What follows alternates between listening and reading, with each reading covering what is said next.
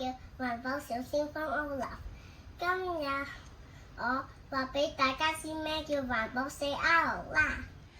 第一 reduce 即係減少使用。出門口記得要熄燈同埋熄冷氣啊！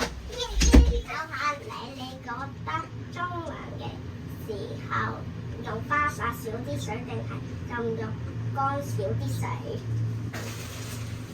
答案係用花灑沖涼，我沖涼先打花灑。第二 reuse 即係用完再用。去玩嗰陣攞自己嘅餐具同埋食物盒，咁就唔使用即棄碗同埋即棄餐具啦。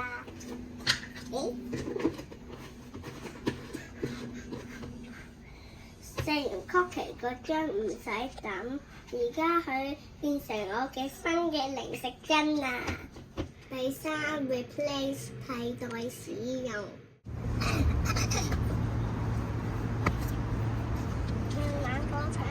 帶自己嘅水樽，咁就唔使買樽裝水。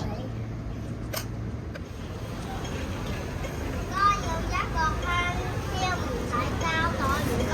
唔該，唔該手，阿妹手，好識喎你。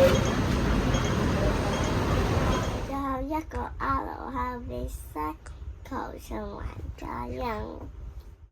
見唔見到呢度有個3個形標誌啊？如果你見到呢個3個形標誌咧，就可以抌落回收箱。我哋一齊抌落黃色嘅回收箱啦。側邊都有3個形嘅膠樽放啤色。最後紙張放藍色。